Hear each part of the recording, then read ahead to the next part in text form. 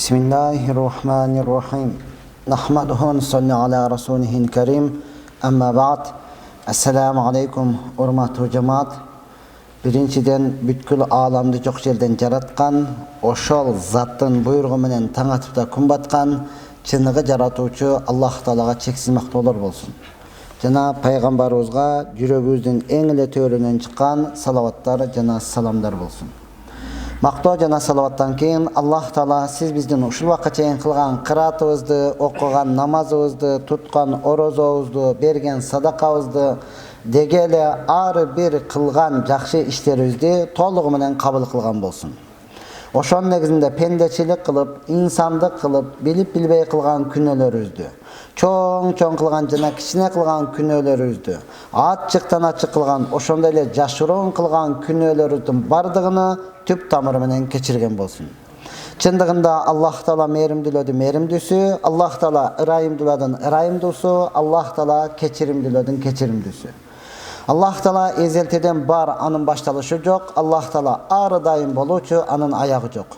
Аллах Таала тирүү, ал эч качан өлбөйт. Аллах Таала ары дайым туруучу, ал эч качан уктабайт.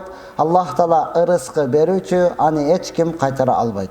Алла мына ушундай улуу зат. Ошондуктан Аллах Таала Кур'ан-ы Каримде өз сөзүндө айтат: "Астагфиру биллах, инналлаха ала кулли шайин кадир." Албетте Аллах Таала бардык нерсеге кадыр. Чынында эле Аллах Таала бардык нерсеге кадыр. Алла кааласа жок жерден бар кылат, Алла кааласа бардан дагы бар кылат, Аллах Таала кааласа бүт бардыгыны кайрадан жок кылат. Аллах Таала кааласа асмандан жамгыр жаадырат, кааласа мөндүр жаадырат, кааласа кар жаадырат, кааласа эч нерсе жаадырбай дагы кое берет. Ошондон Аллах Таала Кур'ан-ы Каримде айтат: "Ва раббака факаббир", сен Роббуңду макта, сен Роббуңду улукта, сен Роббуңду даңктагын деди. Аллах Тааланы макташлык, Аллах Тааланын улуктугун айтышлык бул дагы Аллах Тааланын өкүмү. Аллах Тааланы канча мактасаңыз, Алла ошончолук мактоого татыктуу зат. Алланы канча мактасаңыз, Алла сизге ошончолук сооп берет. Аллах Тааланы канча мактасаңыз, сиз Аллахка ошончолук жакын болосуз. Ошол Аллахка жакын болуп намаз башталганда не дейсиз? Аллаху акбар. Аллах Таала өтө улуу зат деп ошону мактап туруп, андан кийин намазга киресиз. Аллах Субхана Таала мына ушундай мактоого татыктуу зат. Аллах Субхана Тааланы канча мактасаңыз, Аллах Субхана Таала сизди дагы периштелерге ошончолук мактайт, сиз Аллахка ошончолук жакын болосуз. Мына ушундай мактоого татыктуу зат Алла сиздерди жок жерден жаратты, кычыраган күч берди, акыл эс берди, өңү түс берди, эки дүйнөдө бактылуу болсун деп дин берди. Дин пайгамбар саллаллаху алейхи ва салламдын ыйык мээнети менен келди. Жана пайгамбар саллаллаху алейхи ва саллам биздин бул аламга эмне максатта жаралгандыгыбызды ачык айтып жеткирди. Биздин бул аламга келген максатыбызды Аллах Таала Кур'ан-ы Каримде айтат: "Ва ма халактул джинна ва инса илля лиябудун", мен инсан менен жинди ибадат кылдырыш максатында жараттым. Биздин бул аламга келген максатыбыз Аллага ибадат кылышлык. Ал эми ырыскы, өмүр, ден соолук, кийим кече, тамак аш, убакыт беришлик бул Аллахтын милдетиндеги нерсе. Албетте Аллах Таалага милдети эмес, бирок Аллах Тааланы сурасаңыз дагы берет, сурасаңыз дагы берет. Сиз аны дуа кылсаңыз дагы болот, дуа кылбасаңыз дагы болот. Ал эми эң негизги нерсеси урматтууган, биз Аллах Таалага ибадат кылышыбыз. Ошол ибадат үчкө бөлүнөт. Денеңиз менен болгон ибадат, акчаңыз, малыңыз менен болгон ибадат, жана дене менен мал кошулуп экөө биригип туруп кылган үчүнчү ибадат. Бүгүн муфтиятыбыздан берилген тема мына ушул экен урматтуу тууган: умра кылуунун фазилети, умра кылуунун артыкчылыгы. Албетте урматтуу тууган, азыр намазга келдиңиз, машалла, муну денеңиз менен, убактыңыз менен албетте. Эми зекет берсеңиз, садака берсеңиз, же болбосо бирөөгө көмүр алып берсеңиз, суук экен бирөөгө жардам берсеңиз, бул мал менен болгон ибадат болуп эсептелинет. Мына ошол малыңыз дагы, денеңиз дагы экөө биригип туруп кылына турган ибадат бул умра ибадаты, же болбосо ажылык ибадаты. Я Аллах, эми Аллах хасанадан сыноосу экен, былтыркы 20-чы, быйылкы 21-чы жыл бирөөбүз дагы ажылык кыла албадык, бул ибадатка татыктуу боло албадык. Şükür siz bizlerden duanızlar menen, sizlerden toba istigfarыңızдар менен кайрадан Аллах Таала мүмкүнчүлүк берип, азыр умара кааласаңыз, каалабасаңыз, эми кийинки жылга дагы дуаларыбыз бекен болсо, тобаларыбыз кабыл кылатылган болсо, Аллах Субхана Таала айкөлдүүлүгү менен ал кулум дей турган болсо, ажылык дагы ачылып калышы мүмкүн. Ошондон ажылык бул жылына бир эле жолу болот. Ошондо дагы байларга фарыз болот. Жылына Muharram ayının 10. günü. Yok, Zulhicca. Adaştım Muharram deyip Zulhicca. Hac ayının 10. günü. Biz men tilmen etkende Kurban ayıtta gana acılık farız buladı. Bul baylarga. Alemi umura bul sünnet жалпыға байыбы, кедейбі, еркекпі, аялбы, баласы барбы, жоқ бу, үй жайы барбы, жоқ бу, анысы қызықтырбайды, машинасы барбы, жоқ бу, анысы қызықтырбайды. Албетте каалоочу мен ушундай соопко, ушундай артыкчылыкка жетейин деген адам үчүн бул жыл 12 ай сүннөт урматы туган.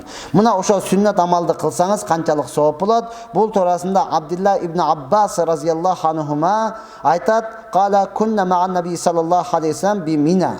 Мина өрөнүндө биз пайгамбарыбыз саллаллаху алейхи ва саллям менен бирге отурган учурда "Из aqbalat ta'ifatun minal Yaman" Yemen шаарынан bir жамаат келип калды дейт. Ким айтат? Абдулла ибн Аббас. Пайгамбарыбыз менен биргеликте Мина өрөнүндө турганыбызда Йеменден bir жамаат келип калып, "Фaqalu fudakal ummahat wal aba akhbirna bi fadailil hajj." Алар пайгамбар саллаллаху алейхи ва салламга кайрылып айтты: "Ата энебиз сизге курбан болсун, бизге ажылыктын артыкчылыгы туурасында, ажылыктын фазилети туурасында айтып бересизби?" деген учурда кал пайгамбар саллаллаху алейхи ва саллам не дед? "Бала, ооба, айтып беремин. Айю ражулин хаража мин манзилихи хаджан ау му'тамиран. فَكُلَّمَا رَفَعَ قَدَمًا وَوَضَعَ قَدَمًا تَنَاثَرَتِ الذُّنُوبُ مِنْ بَدَنِهِ كَمَا يَتَنَاثَرُ الْوَرَقُ مِنَ الشَّجَرِ." Пайгамбар саллаллаху алейхи ва саллям айтат: "Кайсы bir адам өзүнүн үйүнөн, өзүнүн жашаган жеринен, хаджан ау му'тамиран, мейли ал ажылыкты ниет кылган болсун, же болбосо умраны ниет кылган болсун, өзүнүн үйдөн, өзүнүн жашаган жеринен кадам таштап жөнөгөн болсо, ар бир кадамыны көтөрүп кайра койгондо дарактан жалбырак күз мезгилинде кандай күйүлүп түшкөн болсо, бул адамдын дагы күнөөлөрү дал ошондой күйүлүп түшөт" деди урматтуу тууган. Аллах Тааланын бизге берген айкөлдүүлүгү. Чынында эле көпчүлүгүбүз карапайым деп коебуз, көпчүлүгүбүз ажылыкка бара албайбыз. Сизге фарыз дагы эмес, байлыгыңыз жок урматтуу тууган. Бирок эми байлар гана барса, булардын бүтүндөй үйдөн баштап, кадамын таштагандан баштап күнөөлөрү төгүлө берсе, барып келгенге чейин канча кадам болот урматтуу тууган. Демек денесинде эч бир күнөө калбайт экен. Байлар ушундай күнөөдөн таза болуп, алар бейишке кирип кете берсе, биз кедейлер дагы деле калып кала беребизби? Дагы деле Аллах хасанда ошондон умраны берди. Экөөнүн артыкчылыгы, экөөгө берилген сооп бирдей экен. Умрага барыңыз урматтуу тууган, ар бир көтөргөн кадамыңызды койгон сайын денеңизден күнөөңүз дал мына ошондой төгүлүп турат. فَإِذَا وَرَدَ الْمَدِينَةَ وَصَافَحَنِ بِالسَّلَامِ صَافَحَتْهُ الْمَلَائِكَةُ بِالسَّلَامِ. Качан эми бул жерден жөнөп аттанып, машалла, Мадинага барганда эң биринчиле пайгамбар саллаллаху алейхи ва салламга барып салам айтылат, кабырга барып. Качан пайгамбар саллаллаху алейхи ва салламга барып салам айтсаңыз, периштелер сизге салам айтат. Эми сиз пайгамбарыбызга салам айтып, машалла, периштелер сизге салам айтты деген сөз, периштелер сизди тааныды, периштелер сиздин саламыңызды кабыл кылды, периштелер сиз үчүн дуа кылат, кечирим сурайт, алардын дуасы сөзсүз кабыл болот. Сиз эмне деп дуа кылсаңыз, периштелер амин деп турат. Азыр мына жерде мен дуа кылсам түшүнгөн адам гана амин дейт. Калган ун чыкпай тура берет. Мындай карап кое элечи. Неге амин деп коштоп турганда анык мусулманбыз, бирок билбейбиз. Ун чыкпай турат, мындай карап кое элечи. Uzunuraq bolsa kolunu taşlap koyuş dele mümkün. Amin deşin orduğa uzunuraq dua kılsan içiden süylönüşü dele mümkün. Bolbayım başını ortaya koy. Yaman küne korokşet ayağına. Şunu çakılda kılıverevi. Taza bütte. бир эле дуаны кайталап атат окшойт деп эмне кылат? Ичиден деле айта берет, керек болсо жанындагы адамга деле айта берет да. Ошондон сен дуаң кабылбы, кабыл эмесби, бул белгисиз да, урматтуу тууган. Неге? Жактырган бар, жактырбаган бар да. Мекке, Мадинага барып дуа кылсаңыз, жалпы периштелер коштоп не деп турат? Амин, амин, я Аллах, ушуга бергин, кабыл кылгын деп турат. Ошону пайгамбар саллаллаху алейхи ва саллям айтат, периштелер дагы буга салам айтат. Эми ошол Мадинада канча күн болсоңуз, ошончо күн дуаларыңыз кабыл, машалла, жүрө турган, көрө турган, ибадат кыла турган жер. Андан кийин Мадинадан кийин Меккеге сөзсүз барасыз. Фаиза варада Зулхулайфа, Меккеге жөнөгөн учурда жолдо Зулхулайфа деген жер бар. Ал жерге барганда урматтууган жуунуп ихрам кийет. Жанагы эки ак кийим бар го, ошол жерден кийилет. Ошол жерге жетип, уагыта сала жууна турган болсо, тахарахуллаху миназ-зунуб, Аллах Таала бардык күнөөдөн бул инсанды таза кылат. Урматтуу туугандар, умра туурасында сөз болуп атат. Ва изал лабиса саубайни жадидайни жаддадаллаху лахул хасанат. Эми ал жерде эки кийим кийинет, бирөөсү изар камис болот, жанагы үстүңүзгө жабына турган, жана астыңызга шым кылып орона турган. Экөө эле болду. Ошону жаңысына ошону орогонуңузда ихрам деп коет муну. Ошону орогонуңузда жаңы кийим экөө урматтууган кийингениңизде Аллах Таала сиздин бардык жакшылыктарыңызды жаңыдан жазып коет. Кыскасы, сиздин жашооңуз ошол күнү жаңыдан башталды. Мына бүгүн энеден жаңы төрөлдү дегендей, күнөөдөн жаңы таза болуп туруп ошону кийинесиз. Ва иза кала, муну кийгенден кийин адамдар бардыгы умра кылгандар, ажы кылгандар не дейт? Лаббайк Аллахума лаббайк, я Аллах, мен сенин өкүмдөрүңө даярмын. Лаббайк ла шарика лак, сенден башка эч кандай илах жок.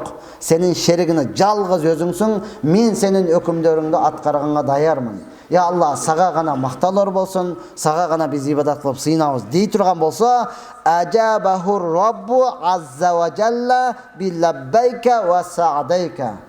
Умра кылгандар, ажы кылгандар ушуну айта турган болсо, Аллах Таала дагы буларга дал ушундай: лаббайка, мен дагы даярмын. Ва саадайка, мен дагы сага жардам бергенге, сенин күнөөлөрүңдү кечиргенге, сенин жамандыктарыңды жаап койгонго, сенин тоболоруңду кабыл кылганга, сен сураган нерсени бергенге мен дагы даярмын дейткенде Аллах субхана таала. Асмау каламак, жана Аллах Таала айтат, ар бир сөзүңдү мен угуп турам. Ва анзуру илайк, сенин ар бир кыймыл аракетиңди, ар бир абалыңды мен карап дагы турам деп Аллах субхана таала жооп кайтарат.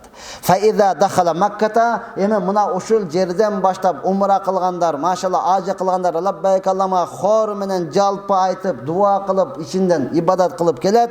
Ошентип Меккеге кирген учурда ва тафа, Меккеде Байтулланы таваф кылат, ва саа байна Сафа вал Марва, Сафа менен Марва деген өрөнү бар, анда чуркаган учурда вассалаллаху лахул хайрат, Аллах Таала бул инсанга жалпы жакшылыктарыны төгүп салат дейт.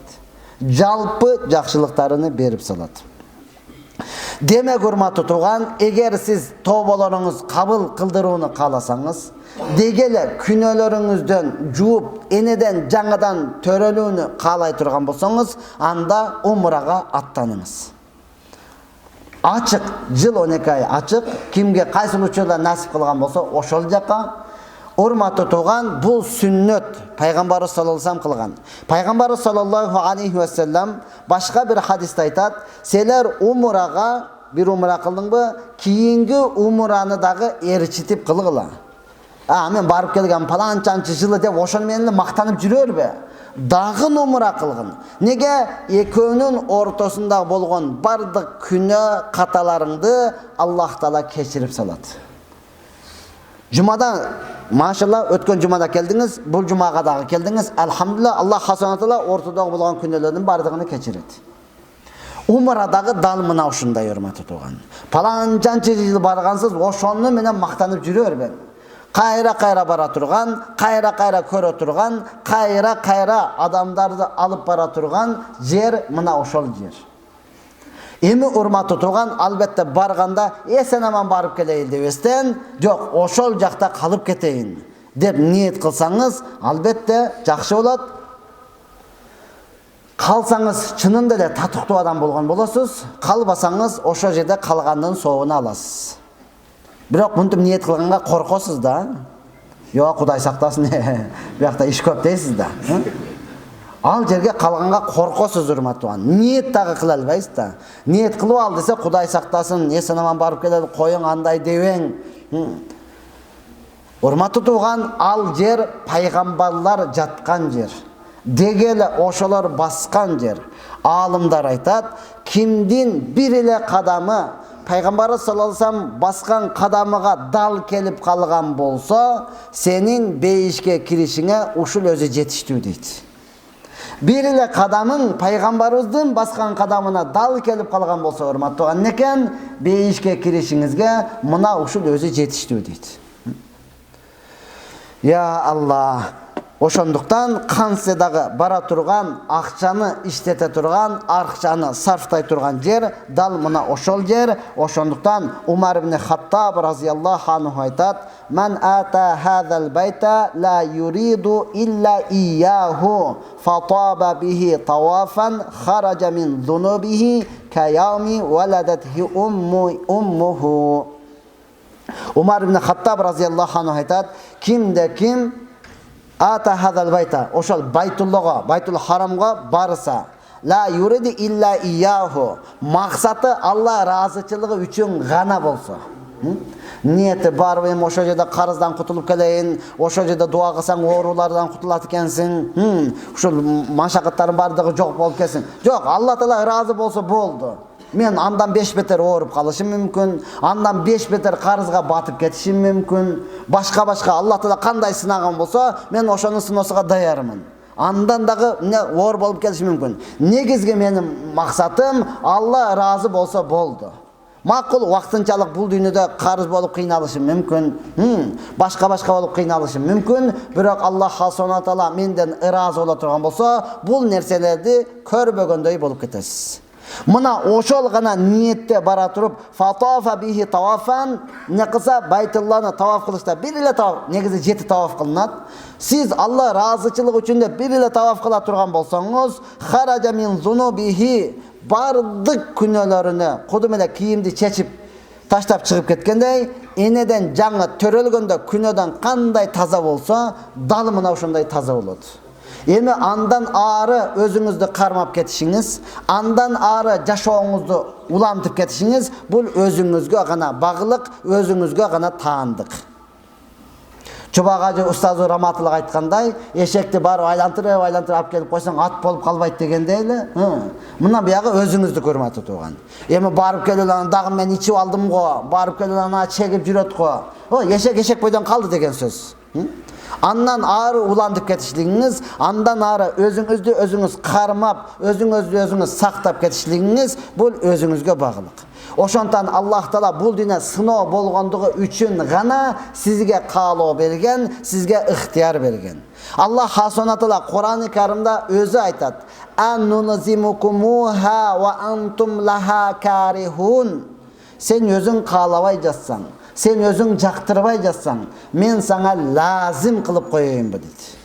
Бул деген сөз өзүң сигаретиңди таштагың келбей жатса, өзүң насыбайыңды, шоколадыңды таштагың келбей жатса, мен сени алып келип оозуңа тыгып коеюнбу деген сөз да, урматтуу туган.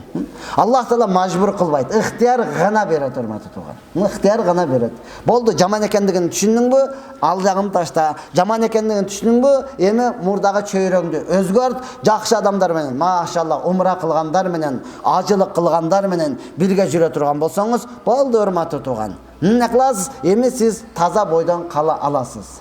Жок, баягы байбалан таягы деген сөз бар эле. Келип эле баягы бойдон көрүп келдим, анча деле жаккан жок, тияка бардык, бияка жок, чөл экен, суу деле жок экен, деп эле кемчилигин айтып бере турган болсоңуз, анда урматтуу туган, сиз мурда кандай бузулган элеңиз, эми андан 5 бетер бузуласыз сизчи. Неге? Мурда ошол жака барайын деген адамда да сезим бар эле да. Башкалар да кайса, барып келгенмин, мен көргөнмүн, жаккан жок. Бул инсанды мен тирүү кезимде көрдүм. Мурда бара жатканда да айтканмын, азыр дагы эскертүү катарында урматтуу тууган, умрага жөнөсөм бир аксакал дем салып коюңуз деди. Макул деп, мен эртең учушум керек, бүгүн барып ага дем салсам 3 күн салып койчу балам дейт. Айттым, жок, мен бүгүн эле убактым бар, эртең учуп кетемин. Каяка? Умрага. Биз дагы барып келгенбиз дейт. 10 күн жүрүптүр, бирок бир да Кааба, Байтуллага кирбептир да. Таваф кылыш оякта турсун, Байтул харамга карап баспаптыр да. Не кылса, о малда түшүнбөйт эле, гасынса да жаттык дейт. 10 күн шетте жатып өткөрөптү да. Анан ажы башы зияратка дегенде, майли ал жака ертиштип ал деп зияратtarга барат экен, көрчү жерлерди көрүп аң-таң болуп, пайгамбар шетте жүргөн экен да. Биякта согуш болгон экен да. Жакпады мага деп. Бияк кабыры эстелик койбойт экен да деп элечи. Ушинтип эле 10 күндө өткөрүп келиптир да, урматтуу тууган. Эми карып, уже ооруп, өлүмдүн даамы келе баштады, эми арман да. Аттың азыр эми ошондой жаштыгым болсо, азыр эми ошондой мүмкүнчүлүгүм болсо, эми барып башкача кылып ибадат кылып келет элем дейт. Андайларыбыз толтура, урматтуу тууган, керек болсо ал жакта калган аталарыны көм койгонду кайрадан чукулап келгенибиз дагы бизде бар. Таң калыштуу эмес бизге. Мына ошондуктан азыртам тооба кылайын дагы, ошол жакта калуунун, ошол жакта көмүлүүнүн ниетини кылайлы, урматтуу тууган. Өлүм бул акыйкат, өлүм бул чындык. Мына азыр эле бүгүн эле эртең менен бир имамыбыз бар эле, өлүптүр, ошончо имамдарыбыз билбей калыптыр. Таң калат бардыгы. Бардыгы чын деле, мен деле кошо таң калдым. Көмүлүп кеткенге уже 3 күн болуп кетиптир. Өтө жакшы инсанды. Мурат деген имамыбыз бар эле, Алла рахмат кылсын. Досу сураса, имамдардын достору. Балдар айтты, кечкурун жаткан бойдон турбай калды. Бирөөлөргө айтканга деле болбой калды. Өлдү деп апарып көмүп койдук, эртең эми Куран окутабыз деп атат. Бул жашоо ушундай эле, урматтуу тууган. Ушундай эле. Менин деле өлгөнүмдү укпай калышыңыз мүмкүн да. Жумага келеле, жокко келе экен көсөп, кимди бактай койчу, ол өлүп калат. Качан дени? Өткөн жумадан чыккандай эле ушундай болуптур. Мүмкүн, урматтуу тууган. Канчаңыз укпай калышыңыз мүмкүн. Жумага келгенде гана деп таң болуп, болду, эми көрбөй калабызбы дешиңиз мүмкүн. Бул дүйнө ушунчалык кыска, ушунчалык аз. Аллах хасанатыла сурабастан жараткан, сурабастан алат. Ошондуктан сиз тапкан нерсеңизди калып кете турган нерсеге эмес, алып кете турган нерсеге көбүрөөк иштетиңиз. Көбүрөөк иштетиңиз. Той кылышлы, бир дагы той кылыш фарз эмес. Үйлөнүү тойбу, сүннөт тойбу, үй тойбу, көчө тойбу, кыскасы айырмасы жок. Бир да тойду кылышыңыз милдеттүү эмес, урматтуу тууган. Макул кылыңыз, мынчалык ысыраф эмес. Мурда берген нерселиңизди бардыгыны чакырып кайрадан топтоп алышыңыз дагы милдет эмес. Ойлойсуз, мен мурда бергендерин топтоп алдым. Жок, ол дагы ойлойт, мен бердим, кийинкисинде бул дагы кайрап келет депчи. Дүния наубаты, бул дүния мына ушундай кезек мен кезек. Динсиз жашай турган болсоңуз, азыр кандай кыйналып атасыз, өмүр бою ушундай кыйналасыз да. Мурда той десе элибиз сүйүнөт эле, элибиз кубанат эле, той беркен бар, бир ысыктанып келет экенбиз дейт эле да. Аксакалдар жакшы билет, ысыктанып келгенде. Бир ысыктанып келип шорпо ичип келет экенбиз депчи. Азыр той десе сөгүнгөн адам толтурат, той дагы. Кийинге эле жылдыса болбойт бекен. Азыртан эле машакат башталды. Жакын досуңуз азыртан айтпады, ушул күнү той деди, болду, азыртан эле ойнонундасыз. Барсам барбасамбы? Ошол күнү оору эле калсамбы, же башка жака кетип калсамбы? Урматтуу тууган, ана ушунун жалпысын динсиздик деп коет. Мына ошондуктан бардыгыбыз машалла тапкан нерсебизди умрага иштете турган болсок, машалла энеден жаңы төрөлгөндөй күнөөлөрдөн таза болосуз. Машалла пайгамбарыбыз саллаллаху алейхи вассалам жүргөн жерлерде жүрүп келесиз, ансыз деле сахабалар жүргөн жерде жүрүп келесиз. Элибизде жакшы сөз бар. Барбаганга бир арман, баргандарга 1000 арман деген сөз бар да. Мекке, Мадинага барбаганга бир эле арман деп айтты. Барбаганда, ошол жерге барып келишим керек эле, ата-энемди биринчи жөнөтсөмбү, же өзүм барып келсемби, кандай болот экен? Бир эле арман да. Барып келген адамга 1000 арман да, урматтуу тууган. Özümнің қарын бөлім Ахмадулла деген бөлім бар. Машалла алдағы илимде айылда имам. Ежем, тәежемді алып барып келді. Өзім күтіп алдым. Машалла. Келіп шығышы мененле ежем айтады: "Жана замзам суды ала бер десе албайсың. Өткөрбейт дедим да сен." "Же өткөрбейт деді ғой ажы башы. Аналадыкын өткөрдү ғой" дейді. Чыгып эле эшиктен чыгып элечи. Анан айттым: "Баргандарға барбаганга бир арман, баргандарға 1000 арман" деген ушундай. Эми өмүр бою арман кыла бересиз десем, бөлөм башын чайпап айтат: "Ооба, мунун варианты өтө көп экен" дейт да. Армандын варианты өтө көп урмат турган. Бирөө көбүрөөк таваф кылбаптырмын десе, бирөө көбүрөөк умра кылбаптырмын дейт. Бирөө көбүрөөк Сафа Марвада чуркабаппын десе, бирөө көбүрөөк дуа кылбаппын дейт. Бирөө көбүрөөк хатым кылбаппын, бирөө көбүрөөк зикир тартпаппын, бирөө көбүрөөк хурма албаппын. Хурманыга алдым ажва албаппын. Ажваныга алдым замзам суу албаппын. Мана таспыны не кылмак, мана да жай намазды арманы туру менен да. Таспыны албайла койбаппын. Онуга мейли, мана жай намазды не кыласың? Жай намазга мен мана сааттарды неге көтөрүп алдың дейм да. Чайнектени көтө түрү менен да арман урмат турган.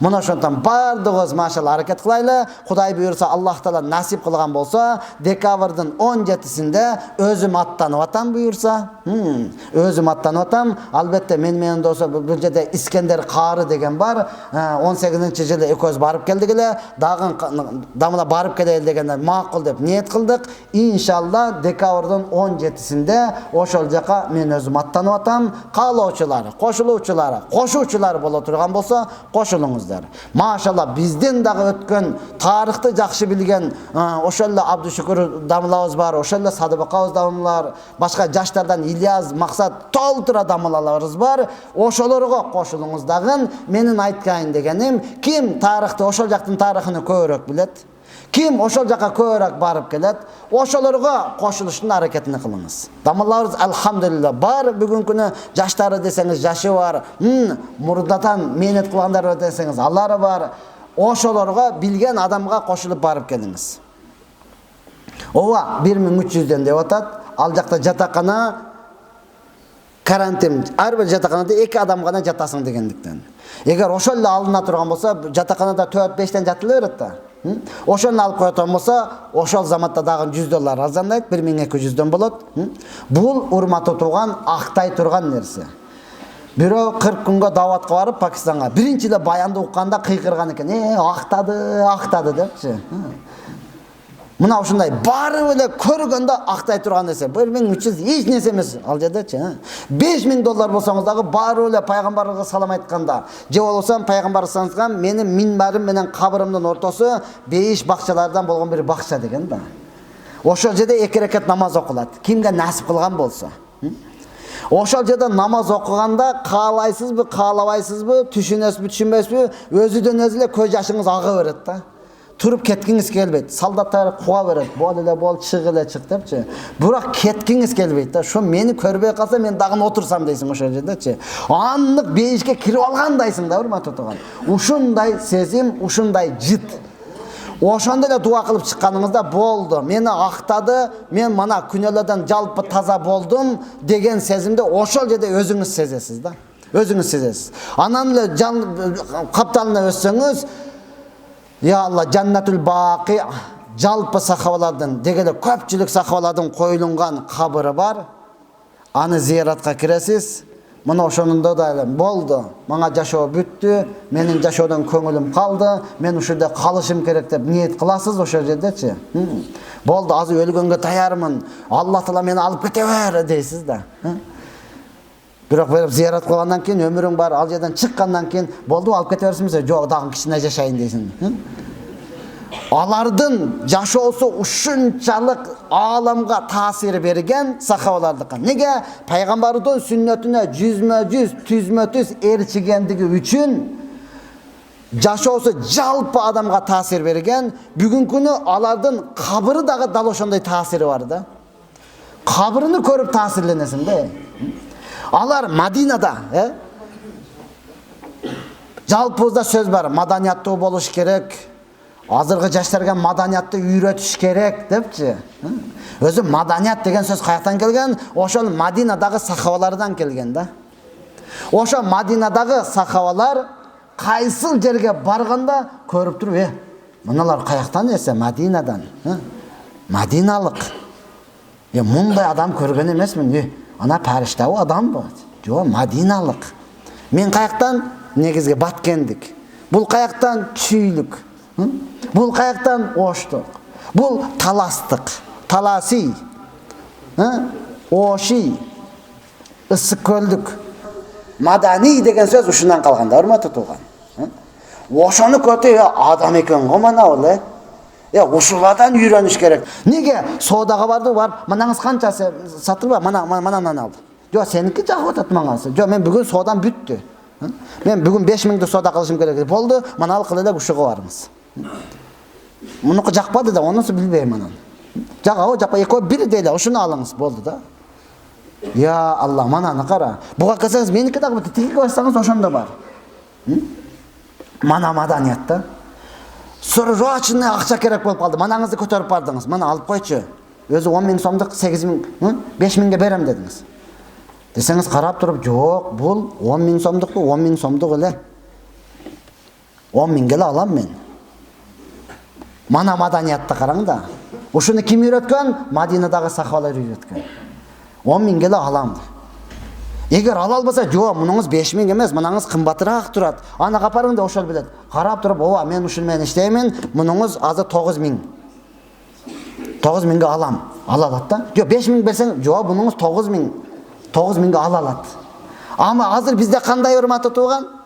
Мына 10.000де срочный болуп калды, 5.000 десе, 3.000ге бер. Карап туруп, жок, муну жарака кетип 3.000ге берсең алам дейт. Болбойт деп нарыга барсаң, ого көз кысып койгон, ол дагы ошону айтат, 3.000 деп элечи. Бирөөсү дагы айтпайт да, мунун 10.000ге макул 9.000ге берсең алайын, 1000 сом мага пайда болсун, срочный экен дебейт да эч кимчи. Неге? Сахабалардын сабак алган эмеспиз. Алардан үлгү албай атабыз. Ошондон пайгамбарыбыз ачык айткан, асхаби кан нужум, менин сахабаларым асмандагы жылдыз сыяктуу. Айюхума иqdadaytum иhdadaytum. Кайсы бирине эрчисең, сөзсүз туура жол табасың деген да. Эми тигиз алдап кой, кайсы бир эле соода кылып аткан болсо, барсаңыз алдайын деген эмес да. Алданышы мүмкүн. Бирок бирөөсү дагы алдаган эмес, урматтуу тууган. Алдап коюшуң мүмкүн да. Алар аныклаган урматтуу алдаган эмес. Мына ушундай жер Мекке менен Мадина, ушул жерге умрага бара турган болсоңуз, умра кылышлык сүннөт. Сүннөт бүгүнкү күнү 1300 урматтуу тууган. Ооба, эгер ал жакта каранса 1200 болуп калышы мүмкүн. Ошого даярданыңыз. Ол турган бардыгыбыздын күчүбүз жетет. Ооба, ажылыкка күчүңүз жетпеши мүмкүн. Сизге фарыз деле эмес, бай эмессиз да.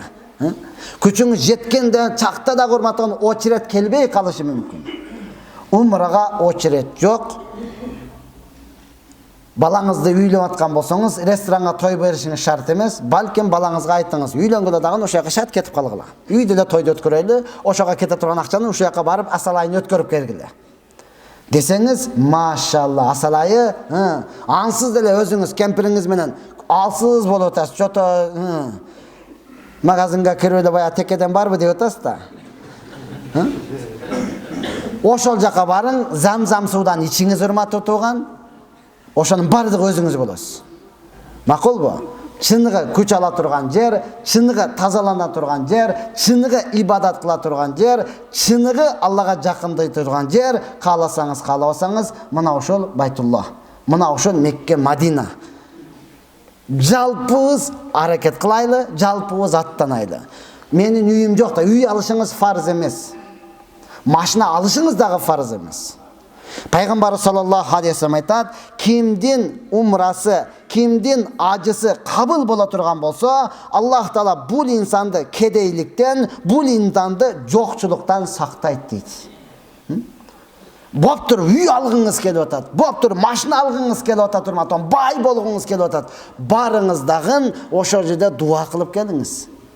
Анан бай болосуз.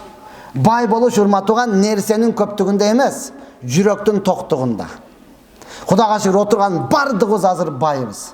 Умар разияллаху анху айтат, барга шүгүр кылыш өтө кыйын. Ал эми жокко сабыр кылыш өтө жеңил дейт. Умар разияллаху не дейт? Жокко сабыр кылыш өтө жеңил. Барга шүгүр кылышың кыйын деди да. Чынында эле мына отурган бардыгыбыз байбыз шүгүрчүлүк жок да. Дагы деле бечара мына жерде кедей деген жазылып турат да, көрүнөт да. Дагы деле бензин кымбат, көмүр кымбат, ол кымбат, бул кымбат, дуа кылыңчы арзандап кетсин. Өткөндө айтканмын, мен дагы айтам, муъмин мусулманда эч качан кризис болбойт. Бүгүн жалпы кризис кымбат болот. Неге? Финансы башында еврей тургандыгы үчүн. Үйүңүздө жок, кыйын жетпей жатат. Неге? Акча аялыңыздын чөнтөгүдө турган үчүн. Эгер сиздин чөнтөгүңүздө турганда, сиз нарак-беракты пайгамбар көрсөткөндөй кылганыңызда эч качан кедей болбойсуңуз. Бул вактынчалык жашоодогу бар болуп калып, жок болуп калат. Мындан өлүп кетсе коркпойт элеңиз да, урматтуу тууган. Ошону коркпа, кел, динде бекем бол деп Алла Таала карантинди көргөзүп койду. Карантинде канчаңыз жетиштиңиз, канчаңыз жетишпедиңиз. Бирок ачкадан эч ким өлбөдү да, туурабы? Бечара өлүптү, неге ун албай калган экен да? Бечара өлүптү, неге майы жок болуп калган экен да? Деген сөздү көргөн жокпуз. Маска такпай калган экен да, көргөн жокпуз ал нерсени. Ооба, эми инсан Аллах сонада кимге оору берген болсо, ошонун негизинде ажал жетип кеткендер болду, бирок ачкадан эч ким өлгөн жок. Аллах сонатала ошол учурда кандай рызкы берген болсо, акыр кыяматка чейин дал ошондой рызкы берип берет. Пайгамбар саллаллаху алейхи вассалам дегеле сахабалардын доорунда Аллах сонда кандай жардам берген болсо, азыр дагы дал ошондой жардам бере берет. Дал ошондой рызкы, дал ошондой байлык, дал ошондой бактылык бергенге Алла даяр. Сиз дал ошондой ибадат кылганга даяр эмессиз. Сиз гана даяр эмессиз, урматтуу тууган. Ошондуктан бардыгыбыз ниет кылайлы, машалла, аракет кылайлы, бар нерсени топтойлу дагы каяка? Умрага, иншалла ажылык ачылып кетсе, ажылыкка. Даярбызбы бардыгыбыз? Ниет кылдыкпы? Үй бүлөбүз адыбы. Андан кийин урматтуу, байлыгыңыз сизде барбы? Сизге важип. Байлык сизде барбы? Сизге фарз. Ата-энеңизде байлык жокпу? Ата-энеңизге фарз эмес. Биринчи ата-энем жөнөтөйүн деп атам, анан булар көнбөй атат. Көнбөсө сизге фарз болду, айдан, тез жөнөң. Кыямат күнү сиз жооп бересиз.